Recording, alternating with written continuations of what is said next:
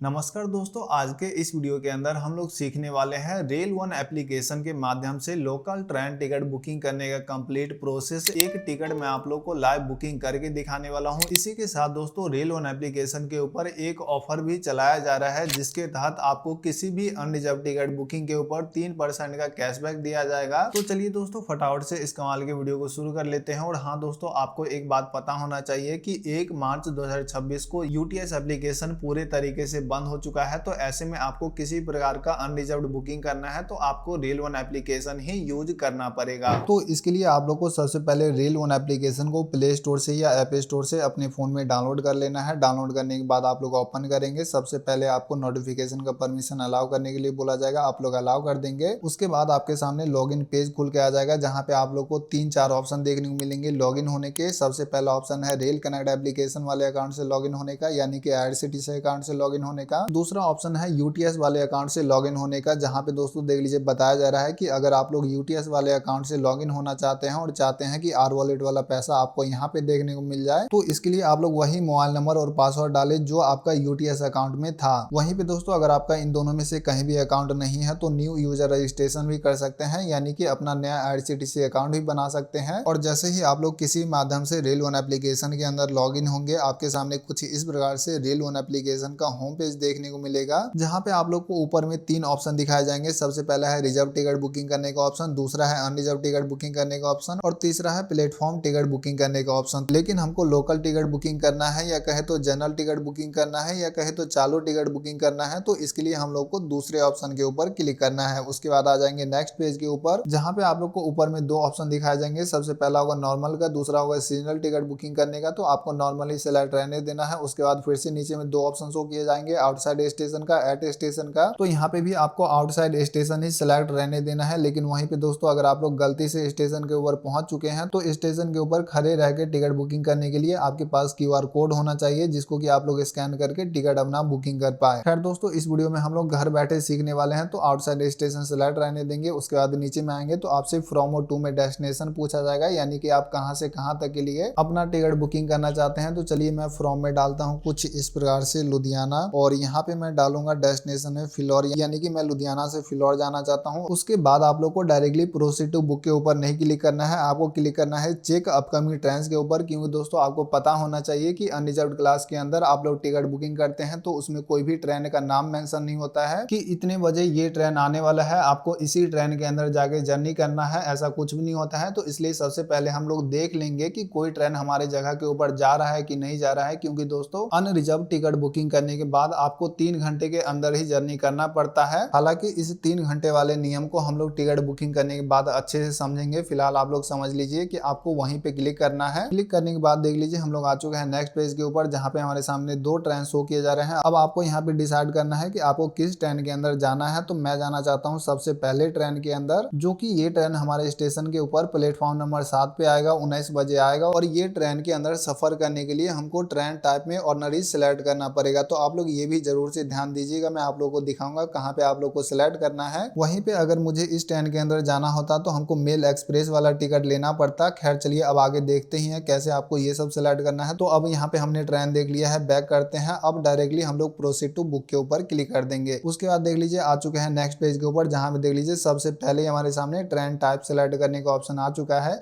लेकिन यहाँ पे मेल एक्सप्रेस है, सुपर फास्ट है, लेकिन ऑर्डिनरी का कहीं भी ऑप्शन नहीं है। तो इसके लिए अदर के ऊपर क्लिक करेंगे। उसके बाद देख लीजिए यहाँ पे हमारे सामने नीचे में ट्रेन टाइप के अंदर ऑर्डिनरी का ऑप्शन आ चुका है, इसके ऊपर सिलेक्ट कर लेंगे।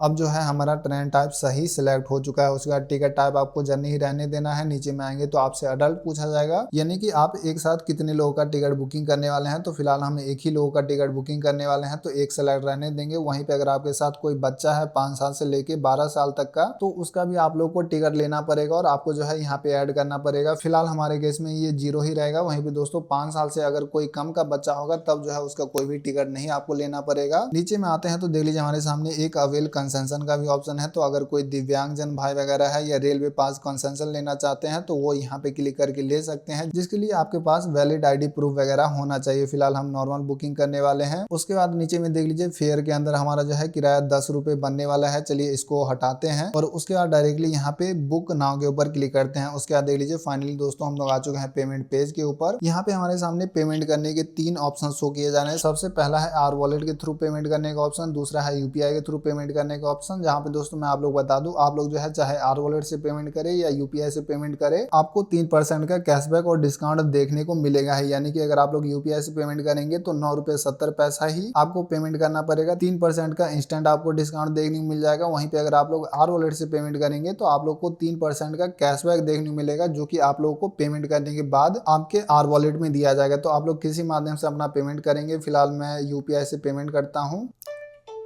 और यहाँ पे देख लीजिए पेमेंट हमारा कंफर्म हो चुका है और हमारा टिकट जो है हमारे सामने बन के आ चुका है। यहाँ पे सबसे ऊपर में डेट शो किया जा रहा है। जर्नी टिकट हमारा रहने वाला है लुधियाना से फिलौर के लिए हमने टिकट बुकिंग किया है, जिसका कि डिस्टेंस 14 किलोमीटर रहने वाला है। एक लोगों का ये टिकट रहने वाला है। नीचे में स्क्रॉल करते हैं तो देख लीजिए क्यूआर कोड भी शो किया जा रहा है, जिससे कि टीटी आपका टिकट चेकिंग करेंगे। अब चलिए दोस्तों एक बार अच्छे से समझ लेते हैं 3 घंटे वाले रूल के बारे में। तो देख लीजिए यहाँ पे क्या लिखा हुआ है, valid for start of journey within 3 hour और until departure of first train. इसका मतलब ये है कि जहां से जहां तक के लिए आपने अपना टिकट बुकिंग किया है वहां के लिए आपके स्टेशन से कोई भी ट्रेन निकल जाता है और आप लोग उस ट्रेन से जर्नी नहीं करते हैं तो वैसे केस में आपका टिकट जो है अनवैलिड हो जाएगा 3 घंटे बाद। ऐसा नहीं है कि आपने जहां के लिए टिकट बुकिंग किया है वहां के लिए कोई ट्रेन आ ही नहीं रहा हो आपके स्टेशन के ऊपर और आपका टिकट भी 3 घंटे के बाद अनवैलिड हो जाए, ऐसा नहीं है। और इस रूल के अंदर बहुत सारे लोग कंफ्यूज हो जाते हैं, इसलिए मुझे लगा डिटेल में बताना चाहिए।